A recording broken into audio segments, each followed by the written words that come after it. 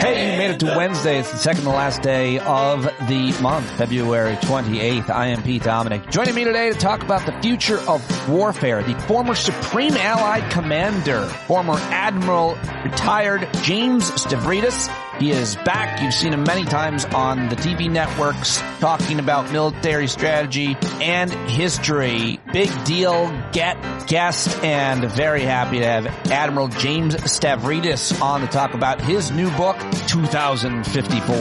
And that conversation begins at 20 minutes into the show. But first, I've got your headlines and some news clips. But before that, of course, I've got to remind you that tickets are available for PodJam out in Las Vegas, March 22nd and 23rd. I hope you're coming. Look for the link in the show notes for any day's show or go to standupwithpete.com. It's going to be a great time, and we're 24 days away. All right, let's get to the news. Here are your headlines. I guess the big headline yesterday was the primary in Michigan, whose results I should be able to tell you by the time I'm done setting it up here. Both President Biden and the disgraced former president, Donald Trump, all but assured to win their respective Michigan primaries before heading into the race by large margins, of course, but a prominent Democratic protest movement is getting a lot of attention. The New York Times did a whole episode on it on their podcast yesterday, and it'll offer an important measure of the intra-party division facing Biden's re-election campaign, they say at the New York Times. Activists in Michigan, which is home to a sizable Arab American community, are encouraging Democratic voters to cast their ballots for, quote, uncommitted, to protest the president's support of Israel in its war against Hamas. Some Democrats have warned of the political fallout of Biden's stance on the war, especially among young progressive voters, but the magnitude of the discontent has yet to be broadly quantified. So it's anybody's best guess. We'll have a lot more insight now, but again, we are still several months away from Election Day, and attitudes could certainly change. Anything can change, but a high number of committed votes would send a warning to Biden's campaign, say the New York Times. A low number would give Biden renewed faith that he can weather the tensions and focus on campaign priorities like the economy and abortion rights. The Arab American-led group that began the push, Listen to Michigan is their name, has set a modest goal of 10,000 votes, and at this point I'm already seeing 14,000 non-committed or uncommitted votes, and that's early in the night. The New York Times analysis is that the protest voters are looking not necessarily to elect a different candidate, but rather to convince Biden to change his policies. They want to send a message that if Biden doesn't alter his strategy in Gaza, he's going to have a real problem in his hands for the election in November. I mean, I have a very difficult time dealing with that. And in that New York Times daily podcast, they interviewed a couple. One of in the couple is a Palestinian American woman, and her husband is this sounds like an average white guy, and they have this argument, and they've been married forever, about what's best in the long run. Obviously, I think it's fair to say that it's Joe Biden and not the guy who had the Muslim ban, who probably would have nuked Gaza. But I understand the struggle around it, and I hear it, but I have a real hard time supporting it. And at 9:30 p.m. East, with just 14% of the vote in, the projected winners are Donald Trump and Joe Biden. Joe Biden gets 79.4% of the vote. Again, that is at 9:30 with just 14%. But that uncommitted number is twice the goal that they wanted, over 22,000 votes, and expect that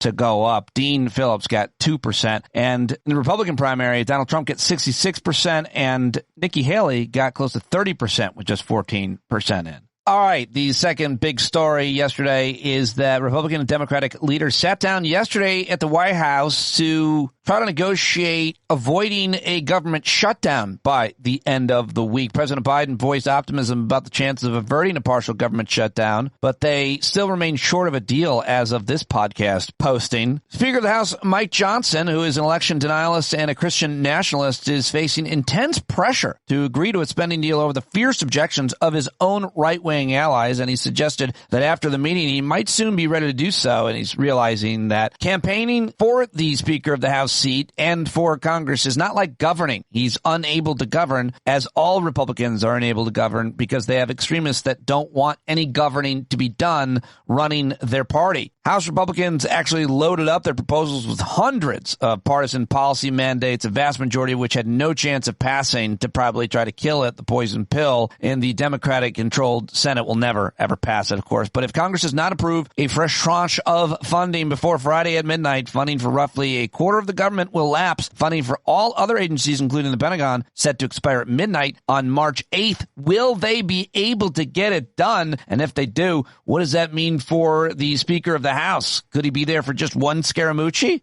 We will soon find out. And, of course, the State of the Union scheduled for the first week of March as well. Going to be busy. All right, let's go to Russia, where the Kremlin issued a warning yesterday that a ground intervention in Ukraine by any NATO country would lead to a direct military clash between the Western Alliance and Russia. The warning came in response to a provocative comment by the French president, Emmanuel Macron, who yesterday said he would not rule out the possibility of a NATO country sending troops to Ukraine. European countries that previously ruled out the move rushed to distance themselves from Macron's comment, and the NATO chief said that the alliance had no such plans.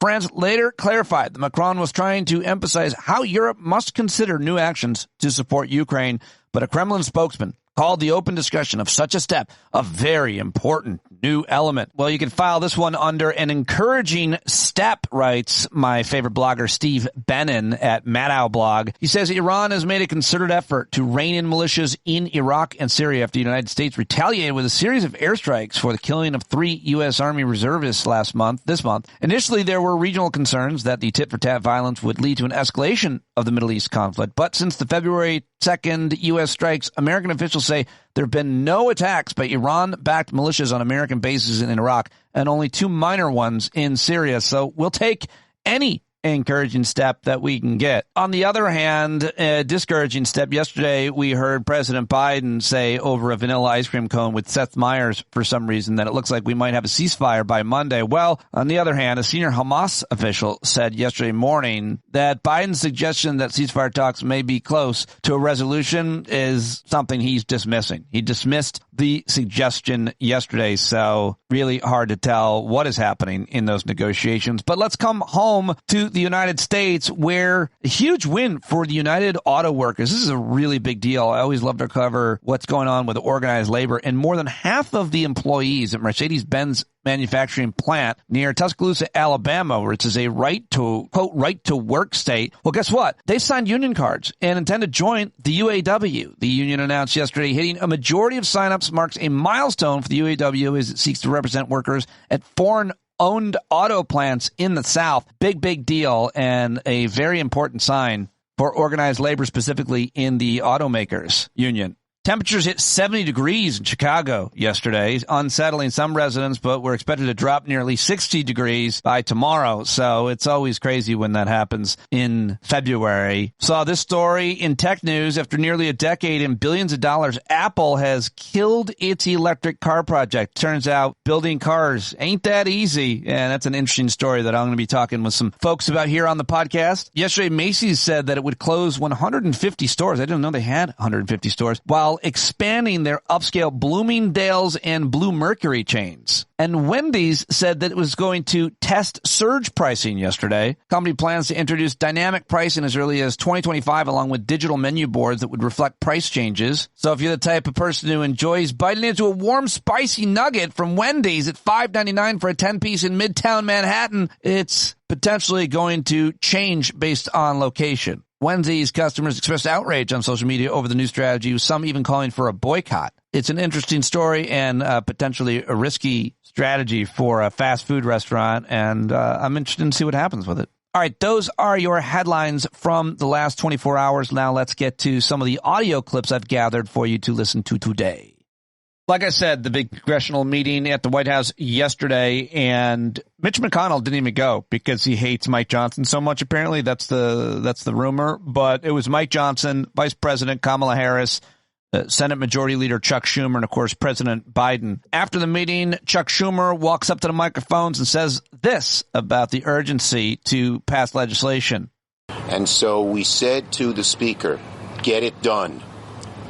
I told him this is one of the moments, I said, I've been around here a long time. It's maybe 4 or 5 times that history is looking over your shoulder. And if you don't do the right thing, whatever the immediate politics are, you will regret it. I told him 2 years from now and every year after that. Because really, it's in his hands. It's in his hands. We told him how important it was. It was passionate. I talked about my trip to Ukraine, where I met soldiers who had Russian artillery in range with the drones they have, but had no ammunition to fire at them. We talked about 4 brigades who are ready to go, Ukrainian, no arms, and how serious the lack of armament was. And it was the consensus in that room: Zelensky and Ukraine will lose the war if we don't get the arms and don't get them quickly. All right, Christian nationalist and election denier Mike Johnson, who's also the Speaker of the House, if you can believe it or not, he came out on microphones. One thing he complained about was that there was no border security legislation. Well, that's because he killed it. He scuttled the border security legislation, but it didn't stop him from saying this after the meeting. When you talk about America's needs, you have to talk first about our open border.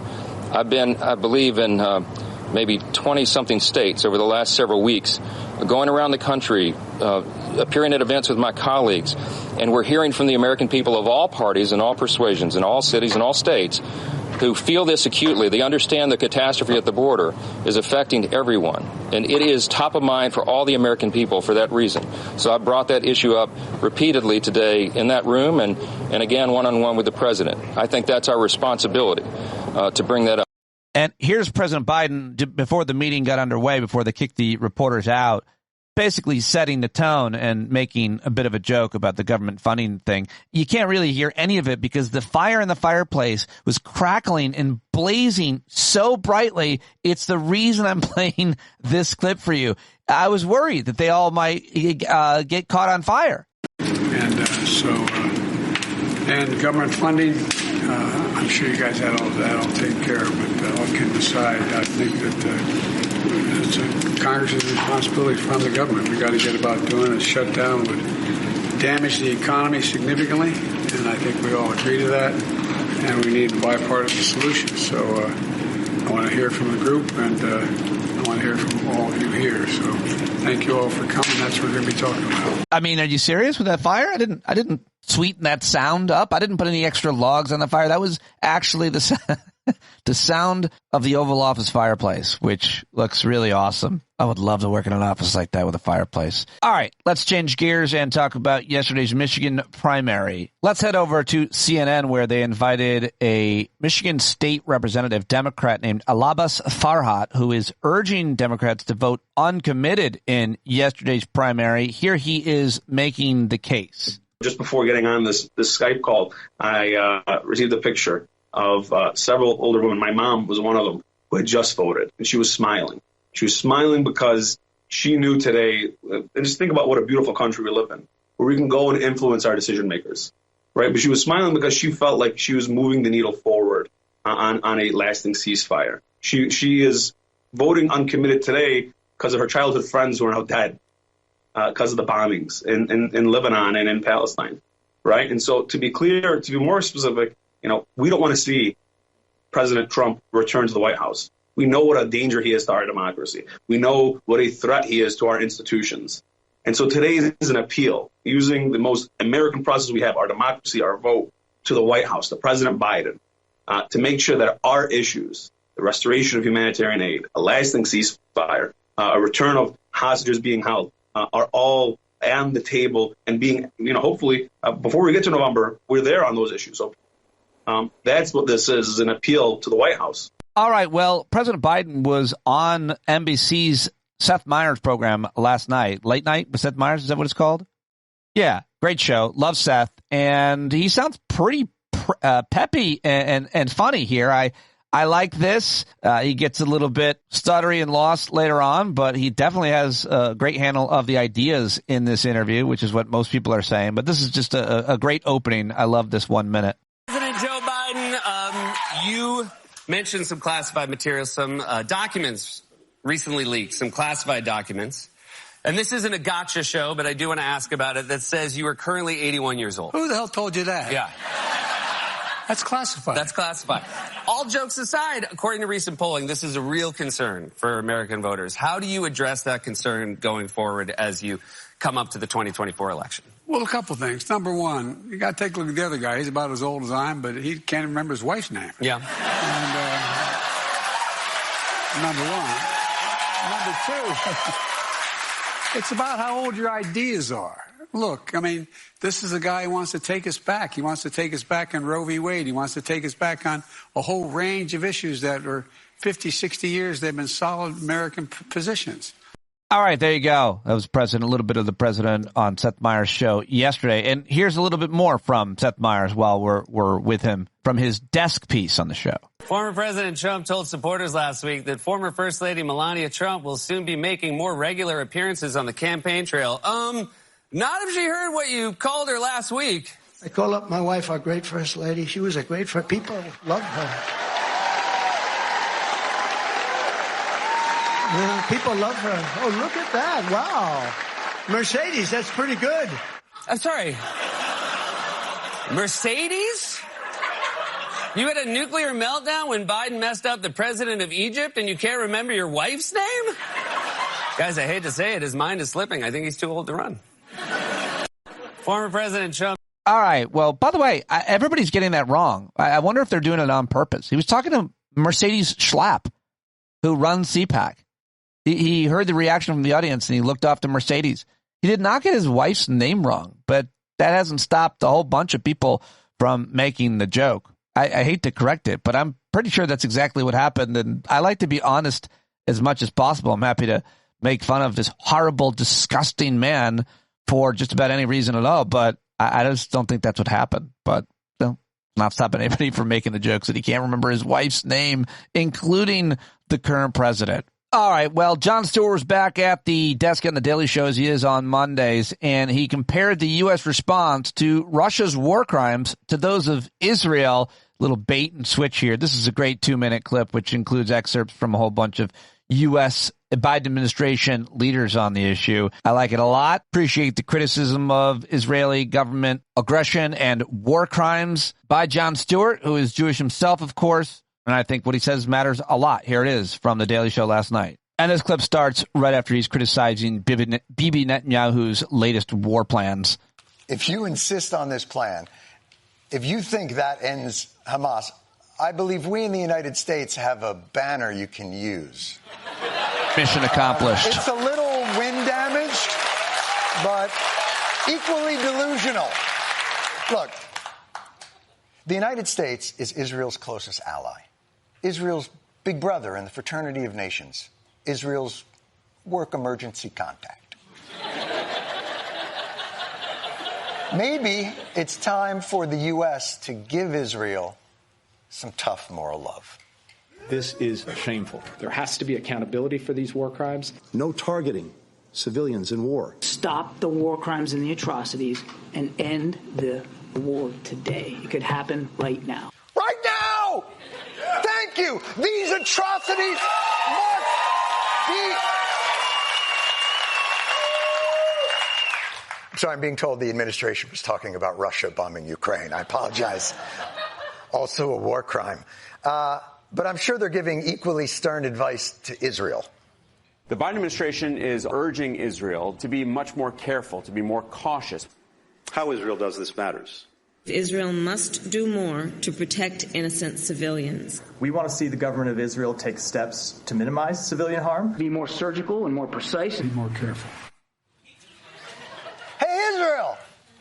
Take it to the notch. Could you please be more careful with your bombing? It's good advice. But really, couldn't the United States have told Israel that when we gave them all the bombs? There are bombs. This is like your Coke dealer coming in with an 8-ball and going, don't stay up all night. Don't. Sleep is very important. You got to sleep. All right. Well, there you go. The last 20 minutes of news took several hours to aggregate as I do it on and off all day and then put it together for a few hours at night. So if you appreciate that news segment and you aren't a paying subscriber, I'd love for you to sign up now at patreon.com/Pete Dominic. And if you are and you can afford to pay more and it matters that much to you, then you are welcome to pay more than $5 a month, which so many of you do. Very, very generous, and I'm grateful for it. But I've always got to make the ask at some point in the show, and there it was. All right, let's get to my guest. Pretty big deal. Spent more than 30 years in the U.S. Navy, rising the rank of 4-star admiral. He was the Supreme Allied Commander at NATO and previously commanded U.S. Southern Command, overseeing military operations throughout Latin America. At sea, he commanded a Navy destroyer, a destroyer squadron, and an aircraft carrier battle group in combat. He holds a Ph.D. from the Fletcher School of Law and Diplomacy at Tufts University, where he recently served 5 years as dean. He received 50 medals in the course of his military career, including 28 from foreign nations, published 12 other books in addition to the one that we're talking about today. He's a chief international analyst for NBC News and Bloomberg Opinion, weekly columnist. He's currently a partner and vice chair of global affairs, the Carlyle Group, and the chair of the board of the Rockefeller Foundation. He is a real big deal. The new book is co-written with author and Marine veteran Elliot Ackerman, who's also written several books, and I'll get Elliot on to talk about it. But basically, the setting of 2054 is 20 years after the catastrophic war between the United States and China that brought down the old American political order, and that's their last book, 2034, is what that's about. A new party has emerged in the U.S., one that's held power for over a decade. Efforts to cement its grip have resulted in mounting violent resistance. The American president has control of the media, but he's beginning to lose control of the streets. Combining a deep understanding of AI, biotech, and the possibility of becoming singularity along with their signature geopolitical sophistication, Elliot Ackerman and Admiral James Stavridis have once again written a visionary work. 2054 is a novel that reads like a thriller, even as it demands that we consider the trajectory of our society and its potentially calamitous destination. Ladies and gentlemen, very excited to have him back on the show. The new book is 2054. Let's do it with Admiral James Stavridis.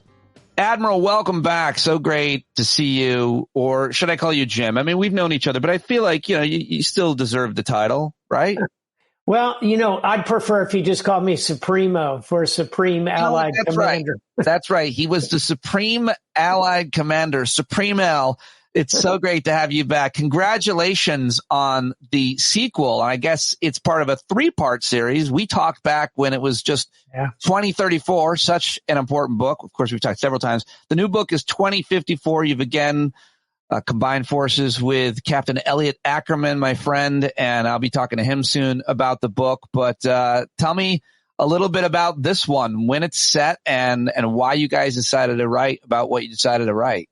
Yeah, well, as you said, Pete, first, it's great to be back on with you and just catching up a bit as well. 2034 was set in the year 2034, of course, and was about a war with China. We wrote it as cautionary fiction to kind of launch a warning flare about how terrible it would be for both nations if we ended up in war. 2034, by the way, is not Tom Clancy, good guys, bad guys, good guys win in the end in the last 15 pages. 2034 is a warning. Well, the new book is 2054, picks up several of the surviving characters, moves them to the year 2054. The new overlay is artificial intelligence. It is absolutely geopolitics, as the first book. Yeah. But there's a backdrop of civil conflict in America. So it's a pretty heady mixture. And again, Pete, we wrote it as cautionary fiction. Cautionary fiction. Why is that, do you think, important to contribute as a piece of literature, much less a topic of conversation? When the idea came to us, we were looking at the literature of the Cold War. So if you go back to the 1950s, 1960s, and you read books like Failsafe, On the Beach, Red Storm Rising, The Third World War, The Hunt for Red October, all these Cold War books were designed to scare you, designed to inflict real fear on the population, with the idea being that people would recognize a warning, when it was in front of them. Luckily, we never had that global war between the U.S. and the Soviet Union. And so as Elliot and I looked at the 21st century, we kind of identified three big concerns. One, war with China. Two, artificial intelligence. And three, subject of the final book, is climate, a war of climate. Yeah. Those are all warnings in these three books. What did you hear about 2034 from your colleagues, whether they be retired or active duty military, much less other experts in foreign policy, geopolitics? When they read that book, what were some of the reactions to it? It was one universal reaction, which was, Stavridis, you got it right, except for the date. We think this war is coming sooner. Oh, great. Exactly my reaction.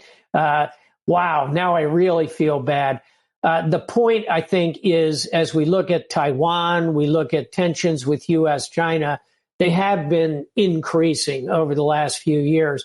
I still, for one, believe we can steer our way around an all-out war between U.S. and China, but it's going to require statesmanship, conscious effort, economic engagement, diplomacy, a plan, a lot of different things that at the moment are lacking. I guess the big question that remains in everybody's mind is leadership, American leadership. They just had the Munich Security Conference. I'm sure all your pals were there. Were you there? I would imagine you would. Yeah, I was in and out. Of course you were there.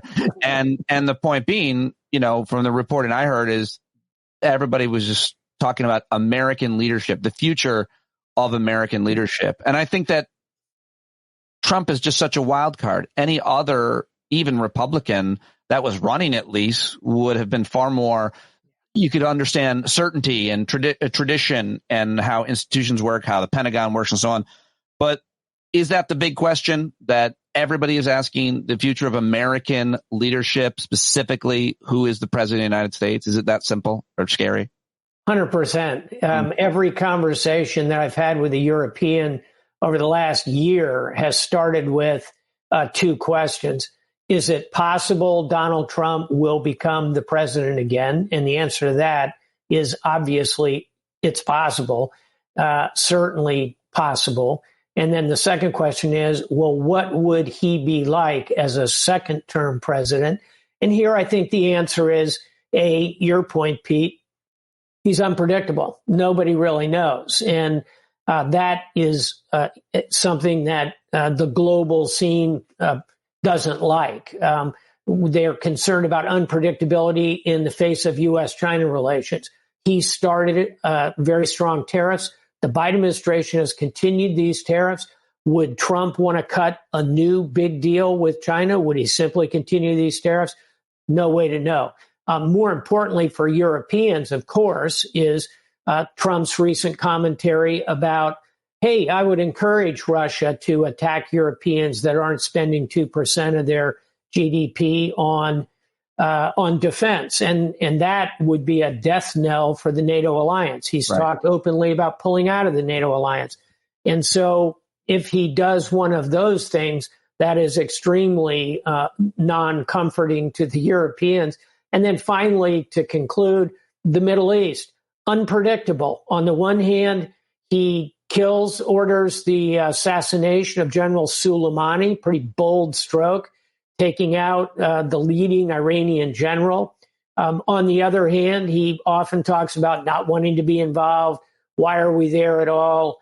On the other hand, a very strong friend to Israel. On the other hand, fairly strong relations with the Kingdom of Saudi Arabia. So point being, he's a wild card. And as a general proposition, Europeans in particular are concerned, Pete, about the possibility of him pulling out of NATO. I feel like I've learned a lot from experts like yourself over the years, interviewing you, reading your books and articles, and journalists, scholars, practitioners, diplomats, geopolitical experts. And the one thing that everybody seems to agree on is you really can't have any idea what's going to happen. You guys write these novels to lay out cautionary tales, and they're fascinating and they're entertaining to read. But even if you had all the most traditional team, your George H.W. Bush, I've just read Steve Cole's new book, And it's amazing to talk about all these different presidents dealing specifically with Saddam or Barack Obama. The fact of the matter is President Biden knows everybody in the world, and he's been involved in foreign policy, foreign relations as a senator, so on and so forth. But I guess he probably wasn't predicting in October of this past year the terrorist attack. Nobody was, as a matter of fact, that kind of and that scale would occur, the Israeli reaction to it. And then, of course, what's happening now in the Red Sea. The point being, everything is connected. That's what I've learned from all of you. Everything is really very connected, and you can't be isolationist even if you want to be, because we need to get our cheap shit through the Red Sea right now. Jim, what's going on with our Navy in that area, and why should we be concerned? To explain how it's all connected. Before I even get there, I got to quote my favorite boss of the many, many dozens, I don't know, hundreds of bosses I've had over my long career in life. That's Bob Gates, former Secretary of Defense, former director, here's your point, director of Central Intelligence, head of the CIA. Yeah. And Gates used to say, hey, our record at predicting where the next war is going to occur is perfect. We've never gotten it right, never. And so it's consistently perfect in the sense that we always get it wrong. Look, we all ought to be a lot more humble about our predictive ability. People ask me, how's Ukraine going to come out? And I say, I can answer that in 3 words. I don't know. Yeah. And nobody does. So with that as a chapeau, I'll turn to the Red Sea. 15% of the world's shipping goes through the Red Sea and the Suez Canal. The Houthis are launching strikes at pretty much everybody. They claim they only go after U.S., U.K., and Israelis. They're shooting at everybody, and they're not terribly effective at it. They've actually really hit one ship, and they've captured one ship out of the hundreds, thousands that have presented themselves as targets.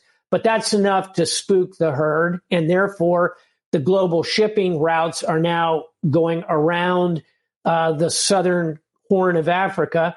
And as a result of that, we're all paying a premium. We're paying more for everything that travels by sea, which is 95% of all goods. So what are we doing about it, I think, is the germane question. We have whistled up a coalition. We're pounding away at the Houthis ashore. That's good. So far, the Houthis have managed to hide enough weapons to continue to plink away at these ships. Yeah, it's wild. At the end of the day, if we're going to really stop this, 2 things have to happen.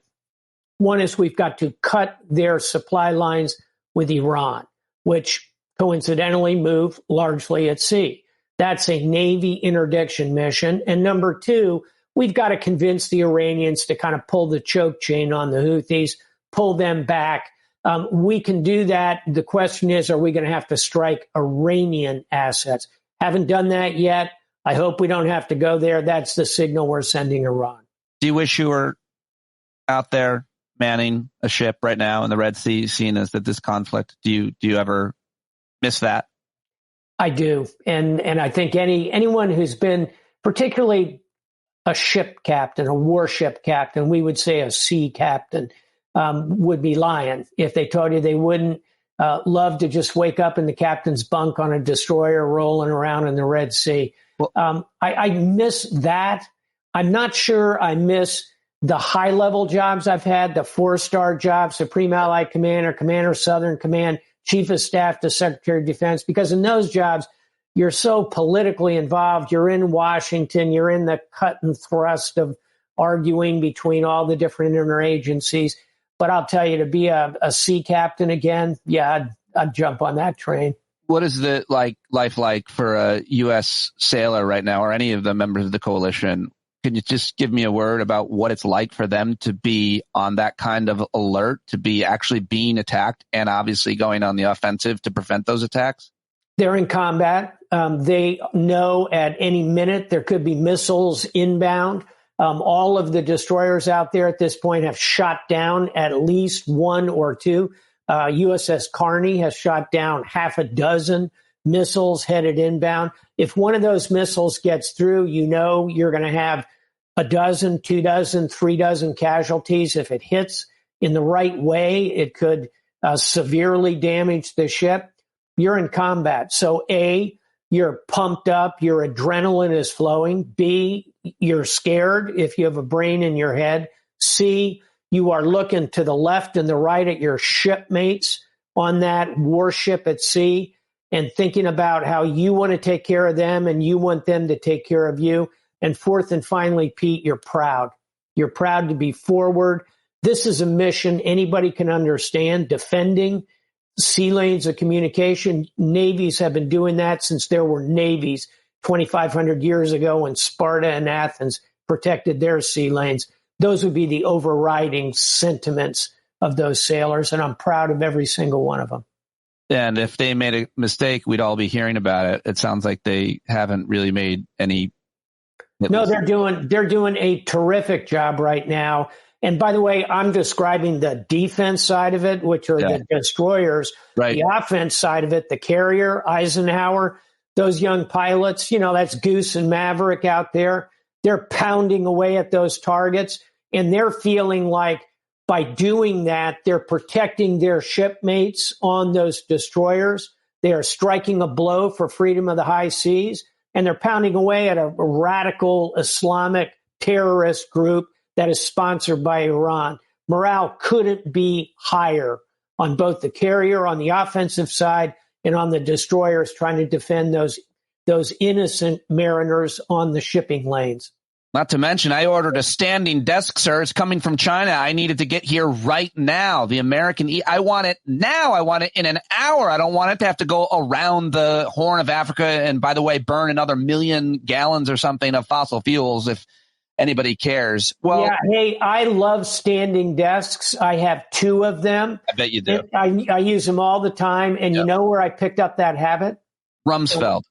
Don Rumsfeld. I always heard that about him.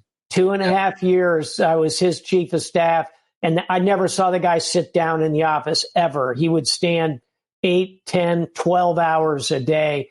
And I thought, he was 20 years older than I am.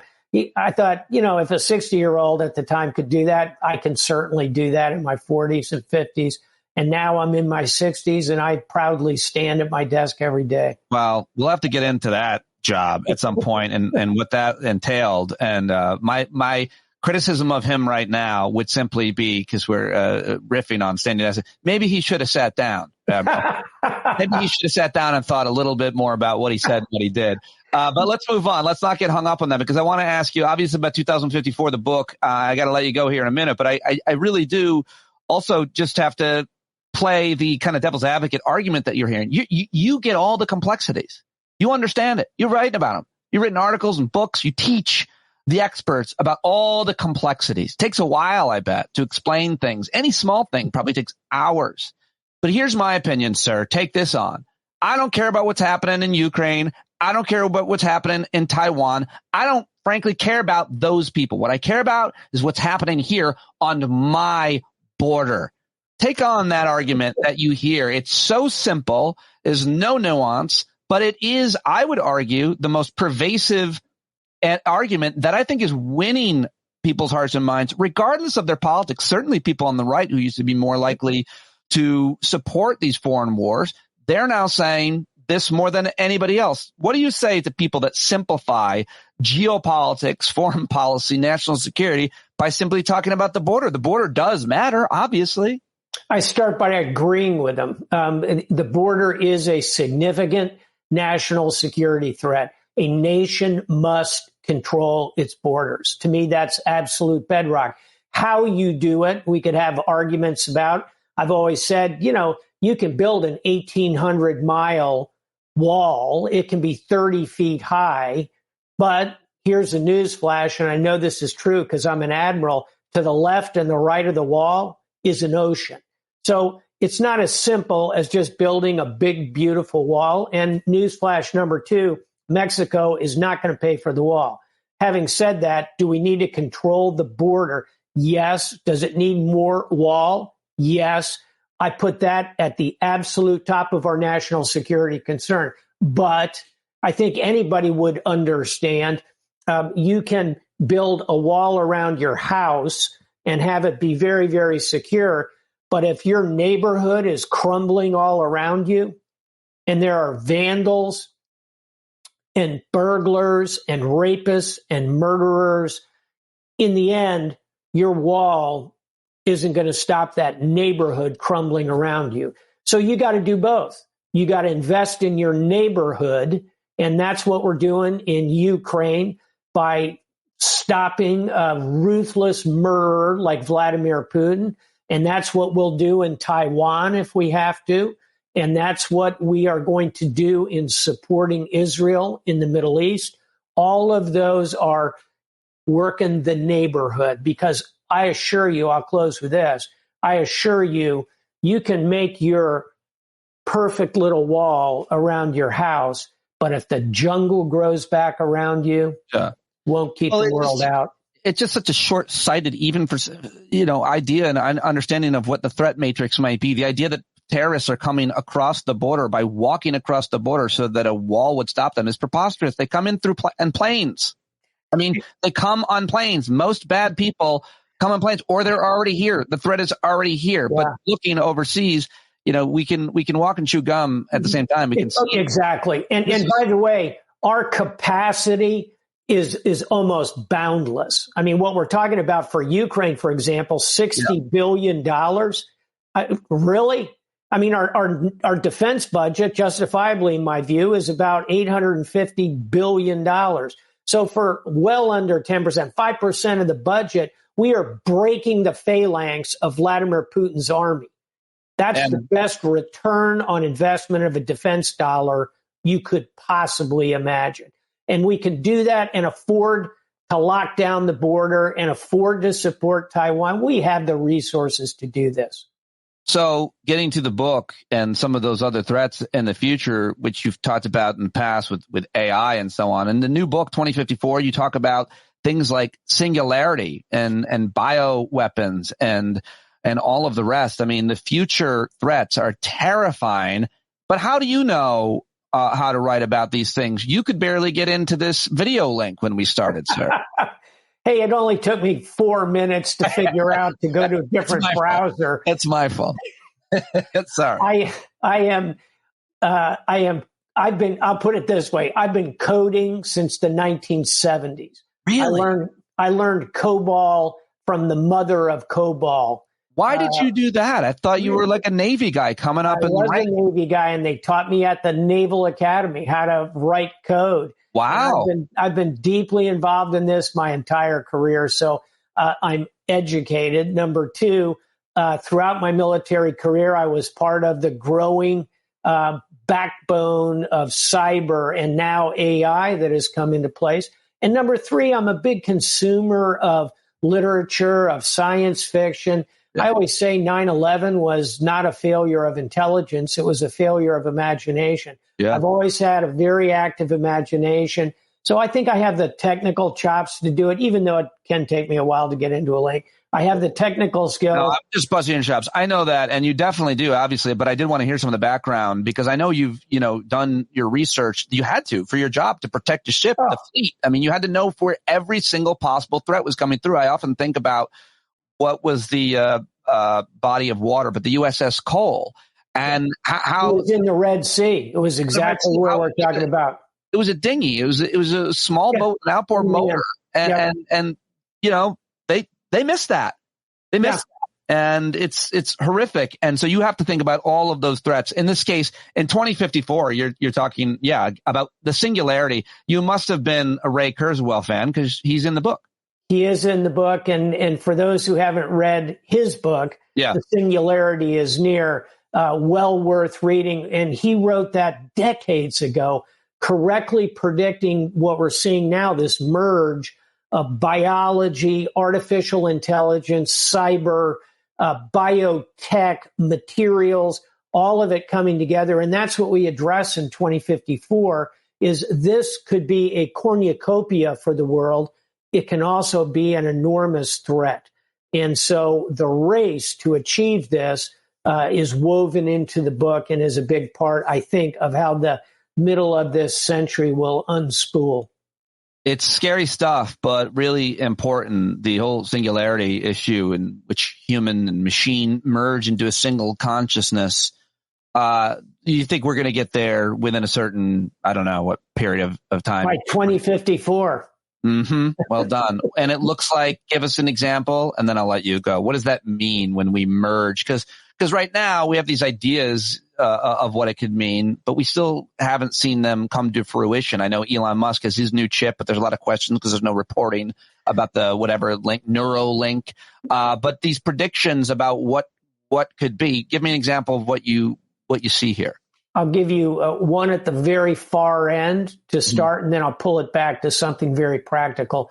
At the far end, it could mean uploading your consciousness, all your memories, all of your emotions, all of your synapses, all of your reactions, uploading that to a chip and putting it into a mechanical device, a computer, if you will, a computer screen, an android. Something that models the body. In other words, at the far end of this is immortality. At the very close and very practical end of this, how would you like to have a simple operation that puts a chip in your brain that allows you to speak 27 European languages right now? That's within immediate. That'll be long before 2054. So there are going to be some very small practical things that emerge, and I think Elon is moving in that direction. That'll go all the way out to we just upload you, Pete, and you hang around forever. Well, that sounds great. I'd love to be continuously put in the friend zone by women for the rest of the time. But I suppose if I could speak 36 languages, I could meet people that might find me interesting in other countries a lot easier than I can now. Where I think you'd be huge. You'd be huge with the right language skills. Yeah, I just have to learn how to speak Bengali, and then I'll be happy. It is so great to talk with you as always. Congratulations on the new book. I'm looking forward to talk to your partner about it as well. Everybody should go buy 2054. I'll tell everybody more about it and you guys on the way up. But Jim, great to see you, and always appreciate your analysis on all these current issues, much less whatever the future holds. Thank you, sir. Be good. Bye-bye. Yeah, there he goes, Admiral James Stavridis. How about it? The book is 2054. I'll be talking with Elliot Ackerman about it as well. He's just back from Ukraine, so I'm going to be discussing all of that with him really soon, but I'm very, very thankful for Admiral Stavridis joining me here. If you like the show, write a review for me on iTunes or Spotify or wherever you listen, and upgrade your subscription or subscribe for the first time. Join us at the Hangout tomorrow night in Las Vegas, March 22nd, 23rd. Get your tickets now and go support John Carroll, who wrote this theme song for us and will be performing live with us in Las Vegas. I'm out. I'll talk to you later. Bye-bye. Especially you bumblebees.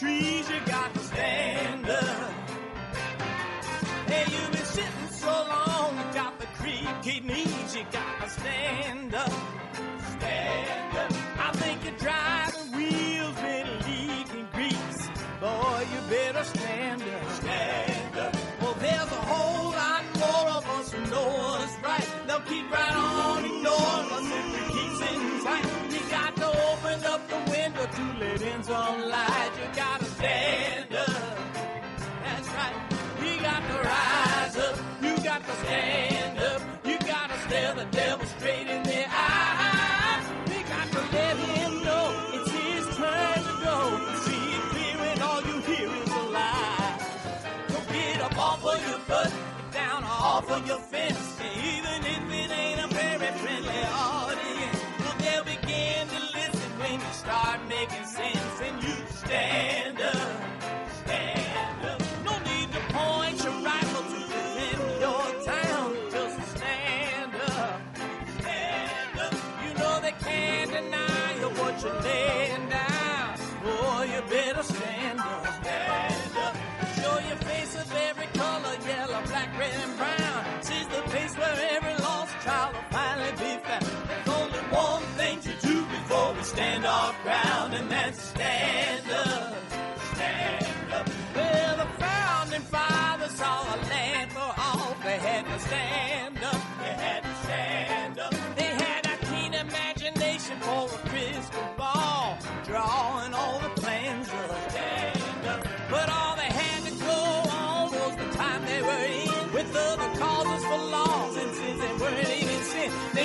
change was gonna come before the change could begin. They had to stand up. All right, they had to stand up. We got to stand up. We got to look the devil square in the eye. We gotta let him know it's his time to go and make it clear, and all we hear is a lie. Why you lying awake wondering where the money all went? It'll be the cost of freedom that'll go unspent. You can see him flee the scene of that experiment if you stand up. All right, we got to speak up. We got to reach up and raise your voice in every way you know how. Don't be toes up. You got to show up. Ain't no better time to do it but now. No need to pledge allegiance to no wanton tribe. Rise up, show obedience to the voice inside, and listen well, and it'll tell you not to run and hide. It says stand.